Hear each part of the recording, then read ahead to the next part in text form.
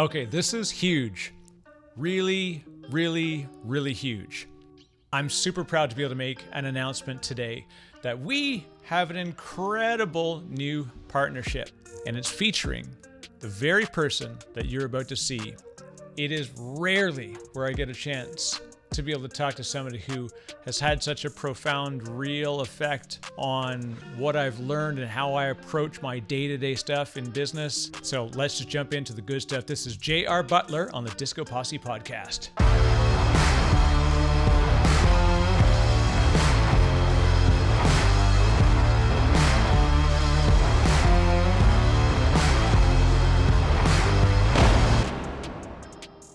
What's up, crew? When I say big news and partnership, the reason I say this is because JR Butler is the founder of Shift Group. Shift Group is doing incredible stuff to be able to help elite athletes make the transition from sport into business and into sales and sales leadership positions. So JR and his team are actually training people to give them the skills, preparing them to be able to go into early stage startups and absolutely rock the sales floor. I say that with confidence. I know that this can happen because I watched JR do it himself. I was lucky enough to work with JR for quite a while, and it's a real honor. So this is why you saw a special start to this one, because I do have to say that this episode is sponsored by the fantastic folks at Shift Group. That was actually just a bonus because I just wanted to have JR on. He's such a fantastic human and an absolutely inspirational story. So that's why I'm super proud to be able to announce that this week's episode is brought to you by the Shift Group. Shift Group is turning athletes into sales professionals. So is your company looking to hire driven, competitive former athletes, or considering how to architect a go-to-market that can scale efficiently and effectively? Shift Group not only offers a large pool of diverse sales candidates from entry-level to leadership, but they help early stage companies in developing a hiring strategy, the interview process, and building strong sales cultures that attract the best talent.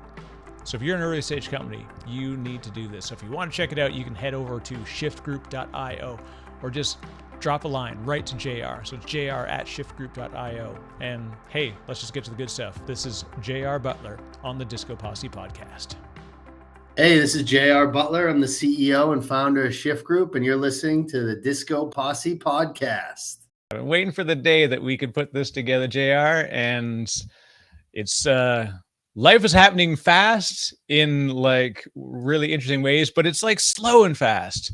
And so thank you very much for jumping on, because I've always thought there's going to be a time when you and I could jump on mic together and really talk about the stuff that you've always done as like a practice and as methods that I've seen you put into play.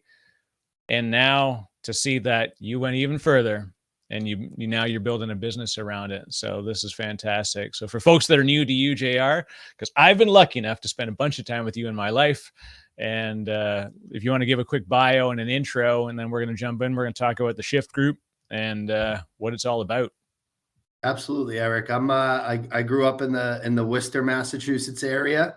Grew up in athletics, played football, hockey, baseball, big hockey family.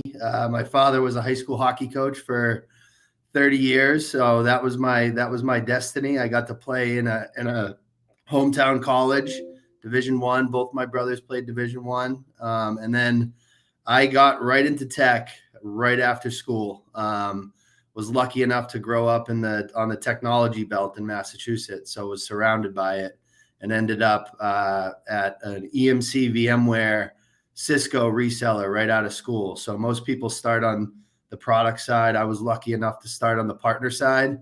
And then, spent about 7 years there. And then like you, was lucky enough to come across a small little company in Boston called VM Turbo at the time. Cool. I love it. And I joined it as a sales rep for New England, and the rest is history. I was there for 6 years and change. Got to grow with the company. When I joined, it was less than 50 employees, I believe. We were in the Burlington office, and then I spent a lot of time running commercial teams. Then I was lucky enough to move into enterprise. And then my last role there before I left Eric, I was doing the strategy and operations gig. And then I got an opportunity to do a even earlier stage company as a chief revenue officer for the last 2 years and change. So I got to partner with a technical founder and help him really shape his go-to-market, his messaging, his his sales process, all the things that I really enjoy doing, helping him start to build a team. And then, got inspiration to start Shift Group, which we can get into today. And that's kind of where I'm at. We just officially launched the company last week, but we've been kind of doing some stuff in stealth. So we've got some really good success stories and testimonials. So we got to go to market with a lot of different wins. And now we're focused on what I've been focusing on my whole career, which is scaling the business. Now, the only difference now is it's my business. Well, congratulations, man. It's earned and deserved the opportunity. And I also know that it's this is the start line of the marathon. Like people always say that, like when you hear funding announcements or people that are founding a company, people are like, it's awesome, congratulations. And at the same time, I know what it means. This is the hard yard, start now. And in fact, they already started, because the announcement is never the beginning of the work. It's the beginning of the publicity that it's on. And it's impressive to watch, the process that you build up. And it's funny, when I look at our own, time that we shared together, you have a unique ability to deliver both on just like doing the thing as well as building the process around doing the thing. And it's rare. A lot of people are really like, they can go out, they can sell, they press flesh, they do the relationship sale, they can do a lot of those things. They know that experience, and they can do it every day. They grind it out, and they know that this quarter's got to be bigger than last quarter. And it's like, it's a tough thing. I got a massive respect for people that are in quota carrying sales, but they often struggle with like, you got to put the stuff in Salesforce. You got to build a team. You got to make sure you're doing your look aheads. You got to make sure, like, all the stuff that you got to do.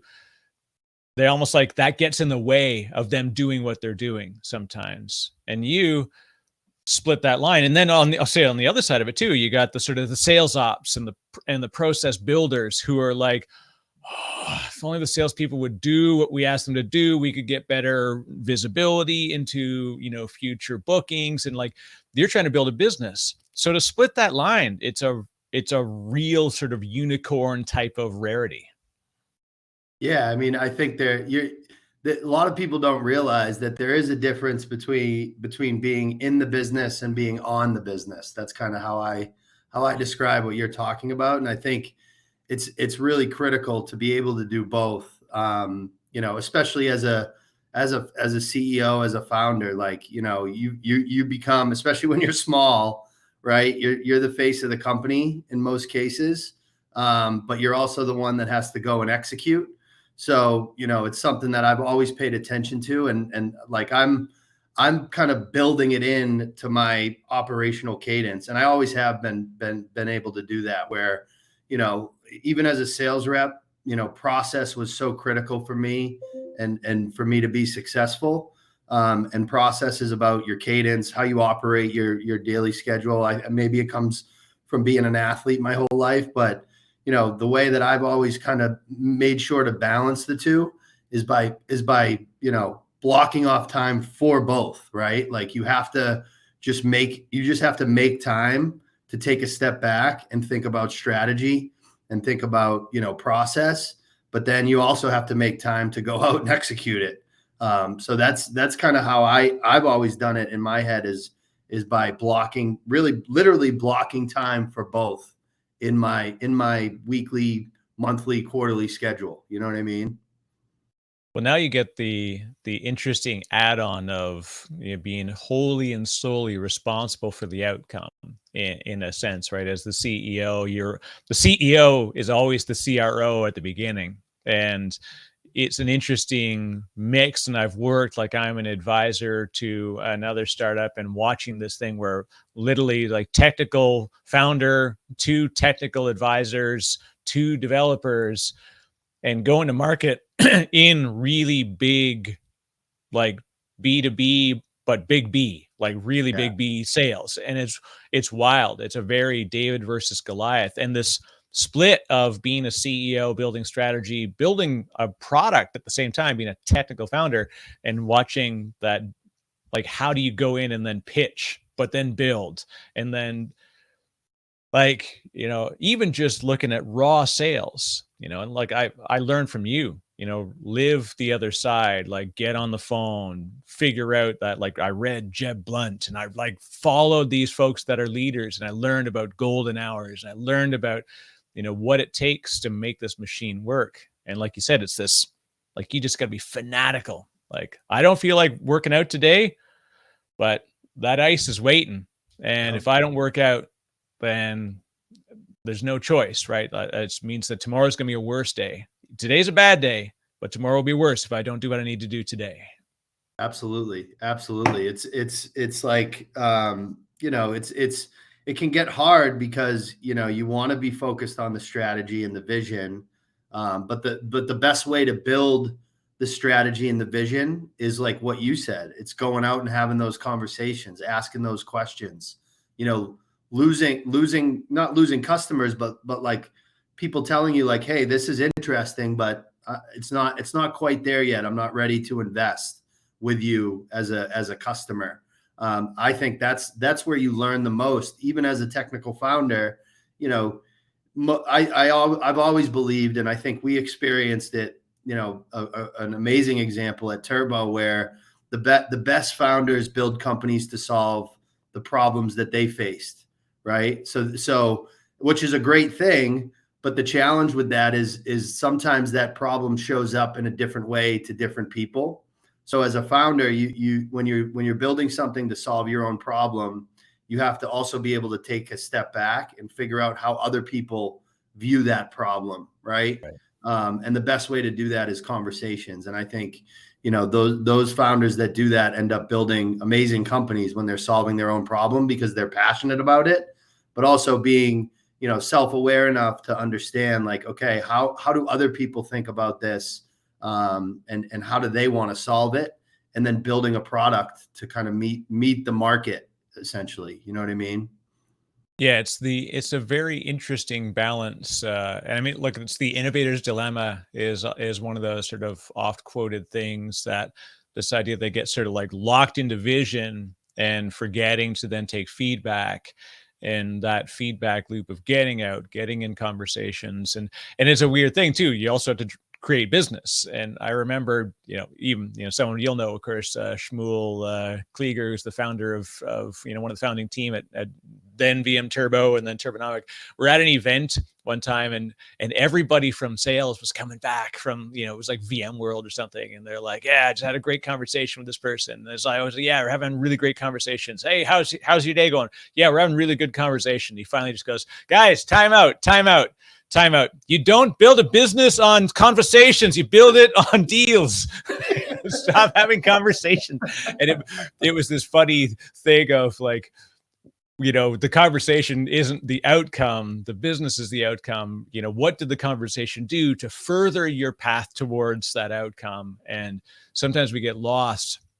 And now as a founder, you'll be intimately aware of, being able to put that into action. And you got the skin in the game, which is a very important and respectful thing that you're doing to make sure that you're responsible for the outcome. Yeah. A very smart guy once told me, to build a great company, the vision has to be clear and the execution has to be obvious. Do you know who told me that, Eric? Hopefully you remember that conversation a few years ago. So yeah, I couldn't agree more. Conversations are critical, but what's the outcome of that conversation, and what is the next step?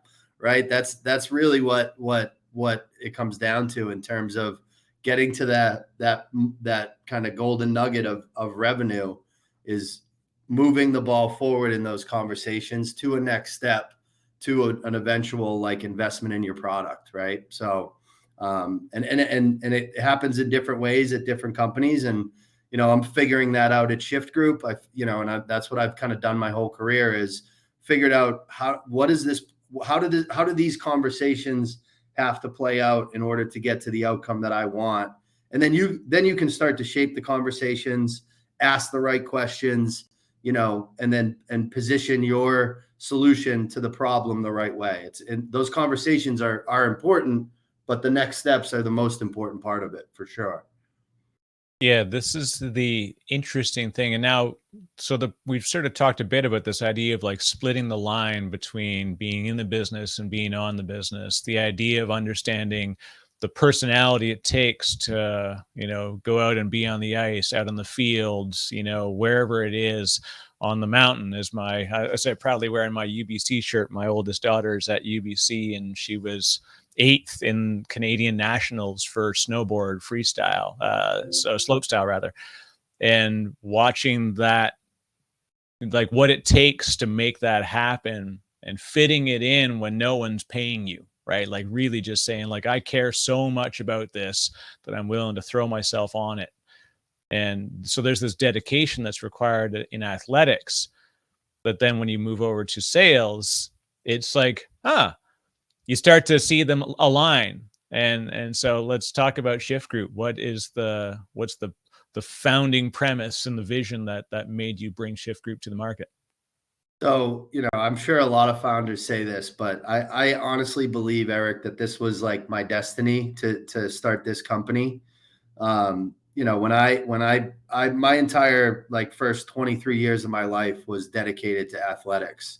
Mainly hockey, playing at the Division I level. I wanted to play professional hockey. So everything I did in my entire life was about that, right? And you're right, you don't get paid for it. And I think any young hockey player, you're not playing hockey to make millions of dollars. You just want to be on that big stage with the big names. And, the money comes with that, of course, but that's really not what it's about. But when it's gone, when you dedicate, and your daughter's going to go through this experience someday, when your sport is over, when you don't have that anymore, it's not unlike losing a loved one. Like it's something that you wake up thinking about every morning. You think about it before you go to bed. And then just one day, it's gone. So, that transition for me was very, very hard. I remember it well. I struggled with it. I struggled in a really personal way. I went to some pretty dark places. And honestly, I didn't really come out of that dark place until I realized that just because I wasn't a professional hockey player doesn't mean I'm not a professional. So it was probably, honestly, a few years into my career before I kind of had that epiphany that I wanted to be a professional salesperson. And when I made that decision, I got a lot of the things that I missed when I was a hockey player, right? The dedication, the growth, the competition, the getting better every single day at something and working on something. That athletes need that in their life. So the first reason I started the company is because I wish somebody explained that to me when I was 23 years old, right? Like that's, so I want to just get in front of these athletes, and I want them to know that, one, they're super marketable because of what they've been through. And two, this transition doesn't have to be a hard one. It can be smooth. The second reason is my experience, honestly, at Turbo and then at Pillar, trying to hire salespeople, right? Like it's really hard to interview somebody and know that they're resilient and they can handle rejection, to know that competition motivates them, to know that they're going to do the work and they have the work ethic to do the work, to know that they're coachable, right? Like that's so important. Right. Early on in a career, you've got to be able to take constructive criticism and not take it personally. And then you've got to have a growth mindset. Like you can't be a fixed person that doesn't think you can get better at something, that doesn't take feedback. And I kind of consider intellectual curiosity as part of growth mindset. That doesn't necessarily show up like that in sports, but I think in sports, you're working on weaknesses constantly. And I think, that's how intellectual curiosity will show up in sales, because you're going to have a lot of weaknesses at first. Like everything is going to be a weakness. So like when I thought about those days when we were really building at Turbo and hiring, hundreds of BDRs a quarter, I think about like, that's what I was looking for in our candidates. And I know, as a former athlete, as a coach, as somebody who grew up in a house with a coach, and two brothers that went on to play Division I, and a brother that played in the NHL and the Olympics, athletes at that level, like your daughter's level, they have all those things. They have to. You don't get to that level without resiliency, competitiveness, coachability, work ethic, and a growth mindset. So, the second reason I started the company is because I want to find folks like me, 7 years ago at Turbo, looking for those people. That's all I have, Yeah. in my candidate pool, is those types of people. And honestly, Eric, and I think you'll appreciate this the most, is, I'm a first generation college graduate, right? And when you grow up in a certain way, like there's certain limiting beliefs on what's available to you. Okay. So like, the third reason I started the company is because I just want kids like me when I was 23 to realize, you don't have to, there's this industry in technology where if you're willing to work hard and you're willing to be coachable, you can have incredible success. And whatever that means to you, whether it's financial, whether it's leadership, whether it's, not everybody's going to get to be part of a company that exits for $2 billion, right? But the reality is if you try and you go and build that, there's going to be things in your life that you can accomplish that you never thought possible. So I want kids like me that were sociology majors with minors in art history and sign language. And I didn't have a computer when I was in college. It's a different time than now, but and now I've been selling technology for 15 years and I'm actually pretty good at it. Like I'm actually pretty technical because I've done the work and I've been intellectually curious. So I just want people, I want people to know about this industry, like non-technical people, right? Probably, less folks in your audience who really get excited about it. But I believe that you can kind of come into it a little later in life, in your 20s, and you can get excited about it. And the opportunity is amazing. Like if you look at the numbers, the tech industry is 2 times larger in GDP than the financial services and insurance industry, right? When I tell people that, they're like, no way. And then I show them the data. Numbers, right? Yeah. And then I'm like, what do you think the financial services and industry and insurance industry is running on? They're running on technology. And that's only going to grow. Like you see this amazing, it's a buzzword we talk about a lot, right? Digital transformation, but it's true, right? Like software is truly eating the world, and the engineers, the developers, those people are critical. They're critical for this to continue, but just as critical are guys and girls like me that have the type of personalities and the type of like resiliency and ability to handle rejection to bring all these amazing technologies to market. So just honestly, it's helping athletes transition, helping companies find great candidates, and making sure that people are aware of this industry and what it can afford you as a human being. That's why I started the company. And it's a beautiful, proof in the execution in your own life. And we see a lot of folks that have this opportunity. And I love your line, right? I don't have to be a professional hockey player to be a professional. That's the mindset's built, in a similar way too, there's like coaches, and I often, see the many really amazing coaches that were not really amazing athletes, but they had a skill that was understanding the business, understanding what's required to build a team, to create a strategy on field, off field, and be able to do this and then be able to motivate people, be able to understand the human aspect, the really true, like, they're basically therapists and behavioral psychologists that are able to drive people. There's in athletics, I find it's a very different thing. Like, the military is often used as the thing that we define as success in business is often related to military. We use military references all the time. And I'm on the other side, like, I'm always using athletic references and cycling references because it's like, it's much more meaningful to me, having never, had exposure to the military personally. And I've got a huge respect, obviously, and to all those that serve and give that as they dedicate their lives to that. It's amazing, But I was on the other side of it. I was much more like, I wanted to have no format, no machine, and I wanted to be able to create something where it didn't exist. And I'm not an athlete, which is hilarious because, like, I ride a bike far more than most people would think is normal, but far less than anybody that I think of as a cyclist. So I have this interesting bar. So I'll be really good. When I was in cycling on a team, when I was living way back in Vancouver, BC, and riding up mountains when people are riding down them, it was me. It was the challenge. It was the idea that the moment it points up on the hill, people just say, like, this isn't a ride I want to be on. And I'm like, all right, let's do it. Like, get on my wheel. And it was less about me completing the task, but more about when I rode in a team, I never planned to finish a race.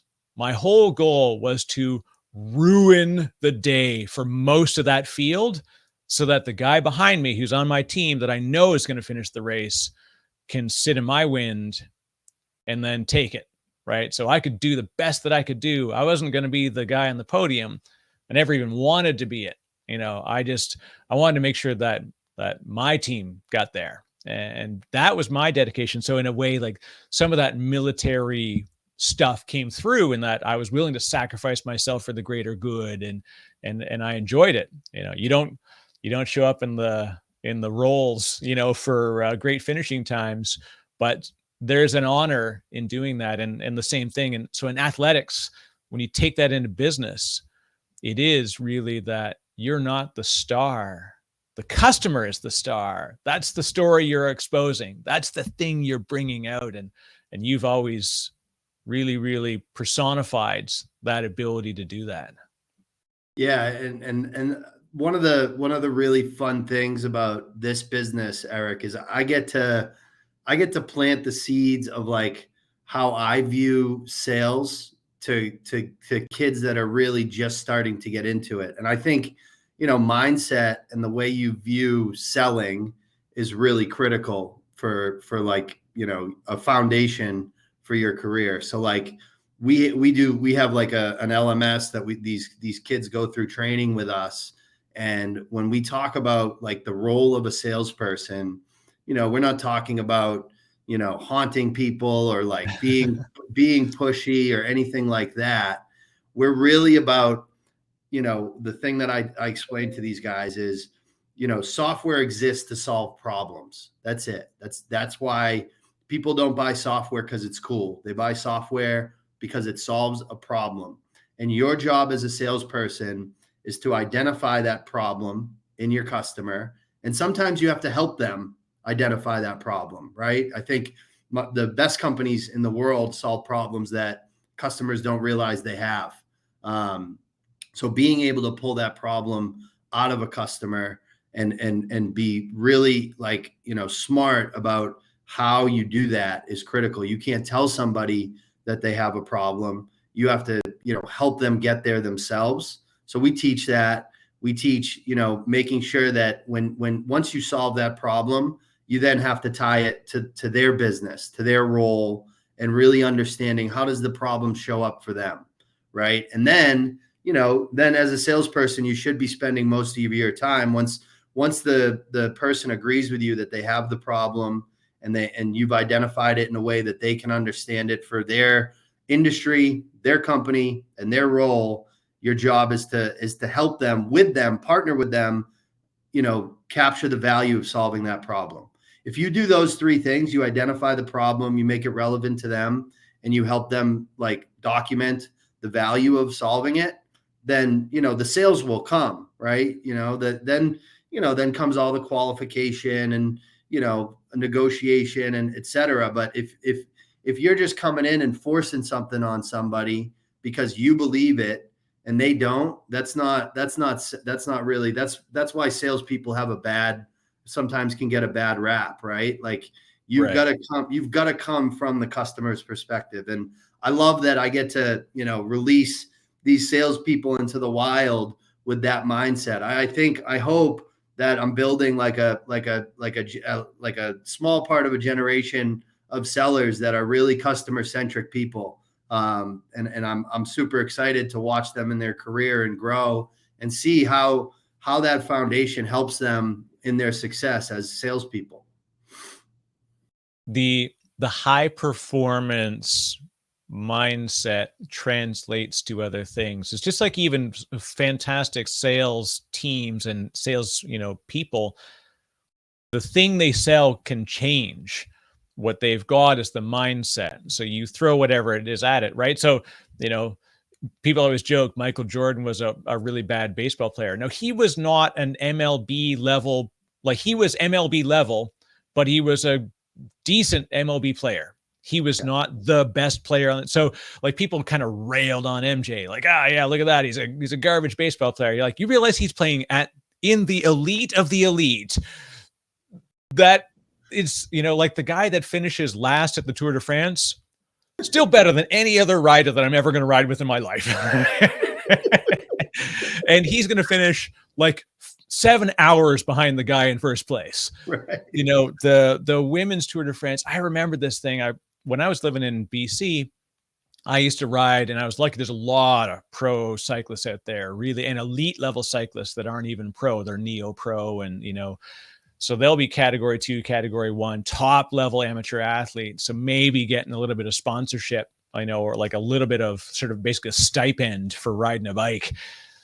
And I rode with the giant women's road team on a training ride. I just happened to be out on a ride, and they're really great because they kind of let just people jump on the train, right? So you're out there, and there's 10 of them, and there was me and one other guy that were just out random ride on a Sunday morning, and we end up on this big, like they were doing interval loops. They were doing really, really wild stuff.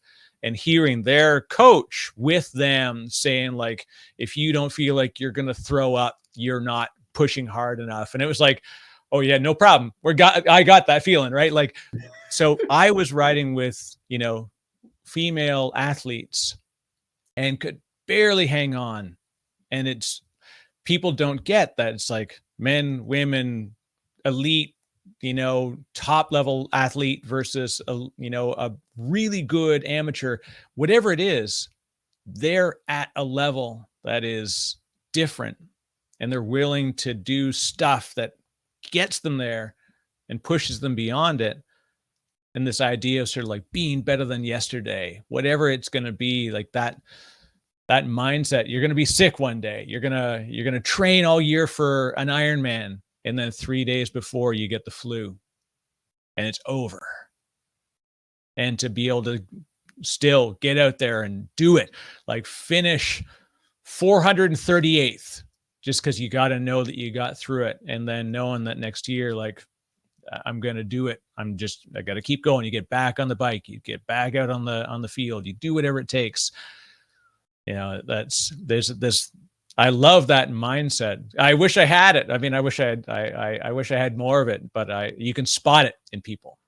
Yeah, well, I mean, Eric, no offense, but you do have it. It's shown up in your tech career, right? Like you're constantly learning, you're constantly growing, you're constantly trying to understand things. I mean, the fact that you've read Jeb Blunt is all I need to know about, like, your hunger for getting better and understanding, the industry as a whole, right? Seeing both sides of it as a technical person, really diving into that sales, that marketing side. You've definitely shown that. But I couldn't agree more, and that's why, that's one of the reasons I think this is going to be a special business. Is the same reason Turbo was, the same reason I think Pillar is going to be, is because of the product, right? The product that we bring to market are they're elite human beings. Like, it's not easy to have a Division I college decide to pay for your entire education. Like, you had to be a special person. And yes, of course there's natural talent, right? Like, I think I have Right. some natural talent in sales, in terms of, like, just talking to people, being an extrovert, all those types of things. But there's a lot of work that goes into refining that. And I think a lot of it for me, I grew up around it, right? With a coach as a father, with a little brother who, from day one, I asked my dad when he knew my brother was going to play in the NHL, and he said he knew when he was 7.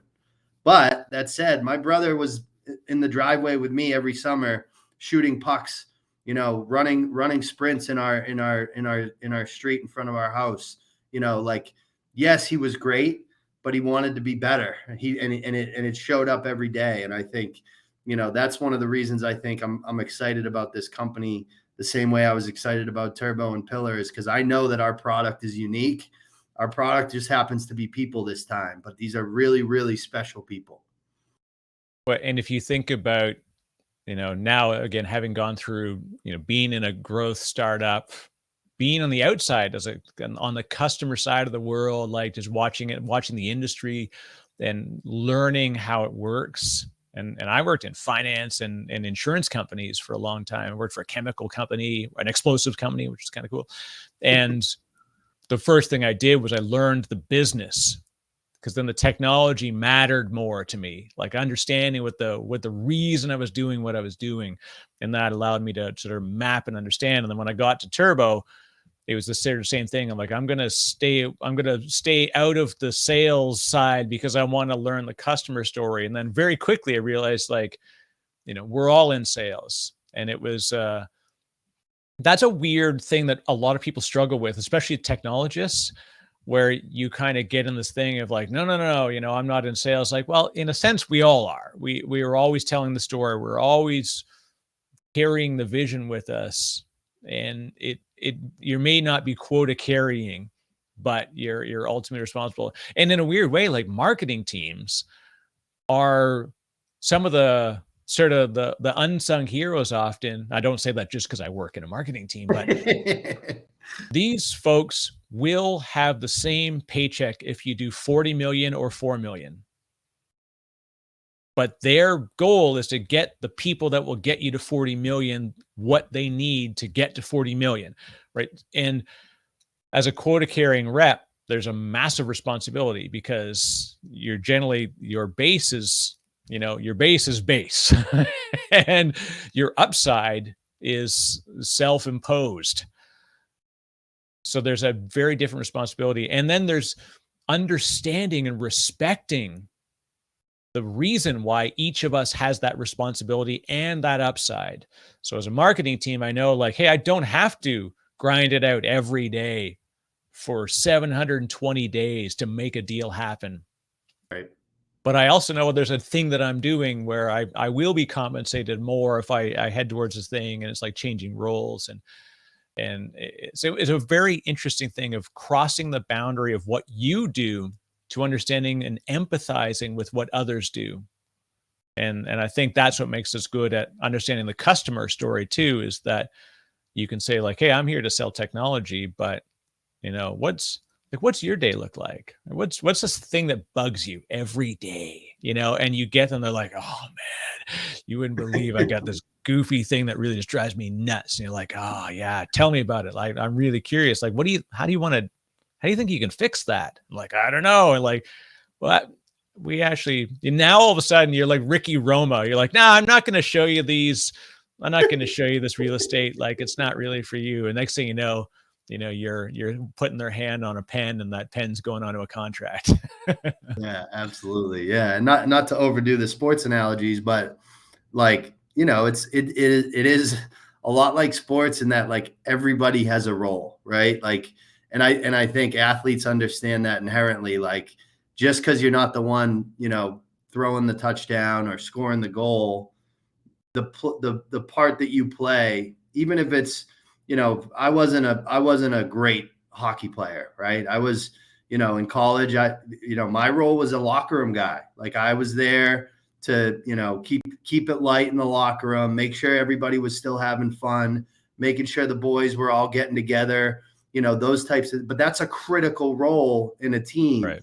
And marketing plays a huge role, and, finance, and, the partner team. And, you look at, we used to have this diagram at Turbo that I would use with my team, where the customer was the center, the account executive was kind of around the customer, and then outside of that was this whole organization. And how are you going to use the executives? How are you going to use, the marketing team? How are you going to use sales operations? Like, and if you don't bring everybody into a deal and to help that customer, and the customer doesn't end up moving forward, that's on you. Like, you didn't do your job of getting the whole team involved, right? We talk about, get everybody on the boat so that nobody's on shore. If the boat sinks, you don't want someone on shore pointing at you and blaming you. Get them on the boat. So if the boat sinks, you did everything. And I think marketing is critical to that. And everybody really is, honestly. And everybody's selling, really, honest to God. Yeah, I think you're right on. And I think, like, this is your go-to-market is what you're doing today, right? Obviously, you're bringing elite people into organizations because of their capabilities, and then you're giving them the tools they need to map it to the business and deliver what that business needs, right? You're giving them a framework, you're giving them what they need. That's their playbook. And they literally will know a playbook, right? We talk about that. There's a reason we call it a playbook, because it is learning, just like a great MMA person isn't about the first punch they throw. It's about the seventh punch they know they're going to get in when that guy throws the first one, because I'm going to come around the left, and then I'm going to go under, and then I'm going to pull him back, and I'm going to get him on his heels, and we're going to get close to the fence. Like, they are looking at the seventh hit, not the first one, not the second, not the third. Like, they know the playbook, and they've run it through, and they spar and they practice. And it's like, because so when that's the thing, that's the deal closing that is the seventh hit. But there's a lot of stuff that's going to happen in between, and it may not go right. The third punch may lead to you falling on your ass. And that means you're like, all right, what's the next play? Like, immediately thinking, okay, what do I do? What do I learn from what just happened? Adjust, pivot, get ready, reapproach, right? Assess. And that mentality comes through. So you get those elite players that are going to come in. But then beyond this, right? And I've been lucky enough to work with you on, bulletproof sales, right? Taking that and making it a framework that maybe can be shared beyond just the direct people you're affecting. There's a reason why I got books like Legacy by James Kerr, talking about the All Blacks and their mentality, and why the winners sweep the sheds and while the team goes to celebrate. And, learning about that coaching mentality that you coach. Like, I coached little kids. Like, I coached when my older kids were younger, and I'm like, my little kids, I'm coaching them all the time, right? I got 4 kids. You have to learn a lot about, listening and coaching and going through this. But even teaching other parents, you don't coach from the sideline. You coach from the practice pitch. Yep. The sideline is where you just remind them to do the play they already know how to do. And it's like, so you can create that framework, and then it goes far beyond just the athletes you can directly affect, which is kind of cool. Yeah, it's very cool. And to steal from my friend John Kaplan at Force Management, right? It's about, you practice to the point where you're audible ready. That's really what you're describing, right? Because you want to get to that seventh punch, but that you might not. So if you don't, you just got to be ready for it. And the only way to be ready for it is practice. That's it. Like, that's all you can do, is just work on it. And then when the game gets there, just go play, right? Just go execute, and you'll be ready. If you did the work, you'll be ready, right? And we see that all the time with great salespeople, all the time.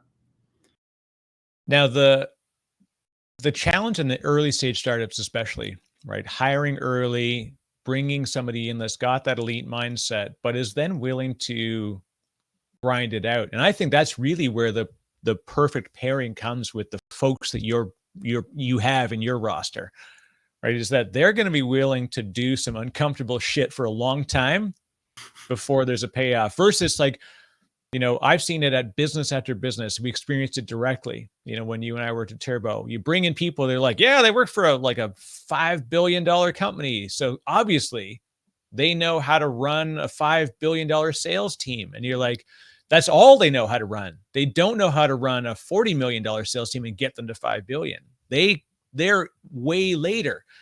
They're great, fantastic people, but they can't build the machine. They just get on the machine and they make sure it stays on. And they do work that's impressive, but they're not going to be able to get in early, because they come in, the first thing they think is, all right, where's my $2 million budget? Where's my event team? Where's my swag, supply? Like, they know how to do good stuff, and you walk in, you're like, I used to always tell people, okay, so imagine your greatest vision for what you want to execute. And now imagine you have no money and no people to do it. Now, how do we get this done? Yes, it definitely takes a different mindset, a different personality. Listen, when as big as Turbo got while I was there, I think we crossed the 600 mark. That's the biggest company I've ever worked for, right? Like, so I don't even know what it's like to work at a big company, right? I don't know that I would fit. And listen, there's something to be said about that skill set. Like you said, that's still a special skill set to be able to take something that's large and like keep the machine running the way it is. And there's something to be said about, what I think I have, which is, being able to work with some constraints and help build something into that. So it's two very different things. And you're absolutely right. I think our candidates have amazing mindsets when it comes to building and growth, and just being, we talk about being gritty all the time. We talk about, I call it having jam. Like, you either have jam or you don't. And if you got jam, you can get into those situations where, it's going to be a long path to like the outcome that you want. But, you got to enjoy the process. And I think our candidates enjoy that process of building more so than probably most people. And again, I think this is why it's it seems obvious, now in looking at you putting it together, but it took the vision and having the belief that this can happen, and it needs to happen much more than it can happen, because everything is like, oh yeah, I got a whole lot of ideas, and I got 55 domain names in AWS just in case, but there you go, no further than me buying a domain name and sitting on that sucker for $12 a year. The difference is that you took this and you said, we're ready, and we're going to do this. And I love this idea. Like, I use rocketry references all the time. It's like stage 1, stage 2 rockets. Like, they're going to get dropped off. And that is the building phase. That is like what gets you to orbit, is this incredible like thrust, knowing that at the moment they hit that altitude, they're like, that's it. It's gone. And that stage 1 did its job. And you know what we're going to do? You're going to strap that bad boy onto the next rocket and you're going to do it again. And that's why those purpose-built players that will get uncomfortable at that, once they hit that altitude, they're like, it was weird at first when I saw it happen, but I was enthralled by watching it occur, where you see people that are like, it's getting a bit big here. You're like, there's 22 salespeople. This is not big. And you're like, no, big for me, man. I'm like 0 to 5 million. Like, that's once you hit a revenue number, they're like, I gotta go. That's such a good analogy, man. I'm stealing that. I'll give you credit twice, but then it's mine. That's an awesome analogy. That's one of my favorite things. So by the way, I've stolen that and I give you credit twice every time. That's my favorite. I'm stealing that line. I'm going to give you credit twice, but then it's mine. That's such a JR-ism. I always love that. Now, making the jump and finding the team to build Shift Group. Let's talk about the people behind it. Yeah, so I have two full-time guys already, and they're both athletes, former athletes. One's a hockey guy. I think the reason he's good is because I found him at a time, like when I originally talked to him, he was looking to make the jump into tech. And then I started telling him what I'm building. And he's like, man, I would really like to do that. Like, I want to help guys like me. Right. So, and he's phenomenal because he's going through or has gone through that same transition very recently, after playing professional hockey. My other guy is awesome. He was a college football coach for like over a decade. And he was at a very big program at Michigan State as the recruiting coordinator. So he's been helping kids go into that transition from high school to college and like that, the difference between high school football and a Division I level like Michigan State is like, that's like going from amateur to pro big time. Right. So like, and those are, I think, as I build out my team, those types of experiences that these guys have had are going to be really critical. Cause I do believe you have to have some passion about helping somebody in order to make this work. Because, obviously I'm not a 501c3, right? But at the end of the day, my only goal is to help somebody find something they love, help a company find a candidate they love, and help them in that way. The money will come when you help people, right? So I need to find guys and girls that are really passionate about helping people. And I think with the two that I've started with, I have that. And they're my models now, right? Like that's what I want to build off of.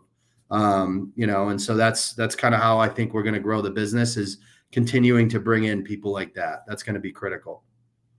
And I guess that's the ideal thing. JR, I could do this all day, and we're going to come back. You and I will talk a bit more about sort of the background, because I didn't want to crunch it in and just make it 10 minutes of the story. I want to really like bring Shift Group to the front, but your own story and a lot of the stuff that makes this, obvious, but is cool. And that's a really neat backstory that deserves more time. But what do people do if they want to get in touch and become part of the Shift Group?